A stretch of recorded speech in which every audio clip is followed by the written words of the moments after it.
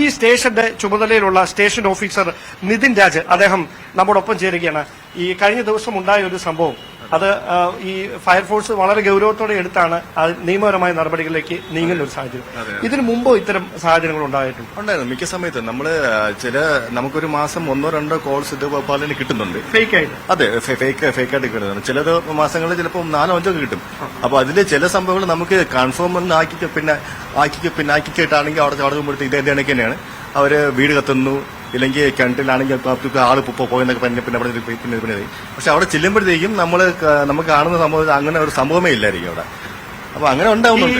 ഈ ഗ്യാസ് സിലിണ്ടറുമായി ബന്ധപ്പെട്ട് നേരത്തെ ഒരു കാര്യം, അതെന്താണ് സംഭവിച്ചത്? ഗ്യാസ് സിലിണ്ടറായിട്ട് മുന്നേ ട്രിവാൻഡ്രത്ത് തന്നെ വഴയിലെ ഭാഗത്ത് ഇതുപോലെ തന്നെ ഒരു ഗ്യാസ് കത്തി വീട്ടിനകത്ത് പിന്നെ അത് കത്തിയിട്ട് 2 പേര് അതിന്റെ അകത്ത് ആയി പോയെന്ന് അതിലൊരു പിന്നെ വന്നിട്ടുണ്ട്. അപ്പൊ നമ്മൾ 4ഓളം വാഹനങ്ങളായിട്ടാണ് അവിടെ ചെന്നത്.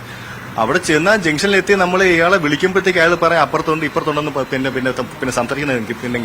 പിന്നെ നമ്മൾ കൃത്യമായിട്ട് അതൊരു ലൊക്കേഷൻ കിട്ടുന്നില്ല.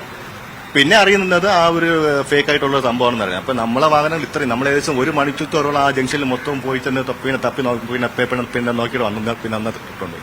അതുപോലെ ആരാണെന്ന് തിരിച്ചറിയാൻ കഴിഞ്ഞിട്ടുണ്ട്. പിന്നെ നമ്മൾ കൺട്രോൾമെന്റ് സ്റ്റേഷനിൽ ഒരു കേസ് കൊടുത്തു. അപ്പൊ അയാള് പറയുന്നത് അയാള് സിം ഉപയോഗിച്ച് വേറെ ആരോ കണ്ടാണ് വിളിച്ചത്. പിന്നെ അങ്ങനെയൊക്കെ സംസാരിക്കാറുണ്ട്. പിന്നെ മാനസികമായിട്ടുള്ള ഇഷ്യൂ പിന്നെ ഉള്ളവരും ഉണ്ട് ഇവിടെ. അതായത് ഈ ശബ്ദവും ലൈറ്റ് വിട്ട് വാഹനങ്ങൾ വരുന്നത് കാണാനുള്ള കൗതുകത്തില്. അതെ മിക്ക സമയത്തും അതന്നെ കുഴപ്പം. നമുക്കൊരു ആൾക്കാര് ഒരു ഇഷ്യൂ ഉണ്ടാവുന്ന സമയത്ത് നമുക്ക് അങ്ങനെ ഈ എന്താ പറയുന്നത് ഒരു ഫേക്ക് ആയിട്ടുള്ള അതാണോ നമുക്ക് പെട്ടെന്ന് തന്നെ മനസ്സിലാക്കാൻ ഒക്കത്തില്ല. അപ്പൊ നമ്മളങ്ങ് പോയിട്ടാണ്. ഇപ്പോൾ ഒരു വാഹനം ഇവിടുന്ന് ഈ വാഹനം പോയിട്ടുണ്ട്. അതെന്താണ്? അത് കേബിള് വീണ് കിടക്കുന്നതായിട്ട് പിന്നെ പറ്റാണ്. നമുക്ക് ഈ ആൾക്കാർക്ക് ഇഷ്യൂ ഉണ്ടാവുന്ന കേസുകളെല്ലാം എടുക്കുന്നുണ്ട് ഇവിടെ. അപ്പൊ അതിന് വെച്ചിട്ട് നമ്മൾ എന്തെങ്കിലും കോൾ കിട്ടുമ്പോഴത്തേക്ക് നമ്മൾ രണ്ടാമതൊന്നും അങ്ങനെ നോക്കുന്നില്ല. അപ്പൊ നമ്മൾ ഇവിടുന്ന് അങ്ങോട്ട് വിളിച്ചടിച്ച് വെച്ചാൽ അങ്ങനെ സംഭവം പിന്നെ സംഭവിക്കുന്നുണ്ടോ യെസ് എന്ന് പറഞ്ഞാൽ നമ്മളോട് പോകും വിട്ടു. അവിടെ ചെല്ലുമ്പോഴത്തേക്കാണ് നമുക്ക് ഈ സംഭവം പിന്നെ അവസാനം അതൊരു ഫേക്ക് ആയിട്ടുള്ളതാണ്. ഈ ഫേക്ക് ആയിട്ടുള്ള കോളുകൾ തടയാനായിട്ട് നമുക്ക് എന്താണ് ചെയ്യാൻ കഴിയുന്നത്? ഇല്ല, നമുക്കായിട്ട് ചെയ്യാൻ പറ്റുന്ന നമ്മളൊരു ഫേക്ക് ആയിട്ടുള്ള കോളാണെന്നൊന്നും ഒരാളിങ്ങനെ വിളിച്ച് സംസാരിക്കുമ്പോൾ അത് ഫേക്ക് ആണെന്ന് അയാളെ സംസാരത്തിൽ കൂടെ നമുക്ക് ഒരിക്കലും കിട്ടില്ലല്ലോ. അവിടെ പോയിന്റ് അതിൽ നിയമ നടപടി ഉറപ്പാക്കിയാൽ മാത്രമേ അതിൽ നിന്ന് പിന്തിരിയത്തുള്ളൂ ആളുകൾ. അതെ, നിയമ നടപടി എന്തായാലും മസ്റ്റായിട്ട് തന്നെ ചെയ്യണം. പിന്നെ നിയമ നടപടികൾ നമ്മൾ ചെയ്താൽ മാത്രമേ ഇതുപോലുള്ള സംഭവങ്ങൾ നമുക്ക് സ്റ്റോപ്പ് ചെയ്യാൻ ഓപ്ഷൻ ഉള്ളൂ. അപ്പൊ ഇതിപ്പോ ഞാൻ മനസ്സിലാക്കുന്നത് 118B വകുപ്പാണ് ഈ രതീഷിനെതിരെ ചുമത്തിരിക്കുന്നത്. അത് ജാമ്യം ലഭിക്കുന്ന ഒരു വകുപ്പാണെന്നാണ് മനസ്സിലാക്കുന്നത്. അതിനപ്പുറത്തേക്ക് ഇതിലൊരു ഈ പെനാൽറ്റിയോ അങ്ങനെ എന്തെങ്കിലും ഉണ്ടോ? ഇല്ല, ഇപ്പോഴങ്ങനെ ഒരു സംഭവം ഇല്ല. നമ്മളൊരു ജസ്റ്റ് ഒരു സാധാരണ ആയിക്ക് ജാമ്യം കിട്ടി പോകാന്നുള്ള സംഭവം മാത്രമേ ഉള്ളൂ.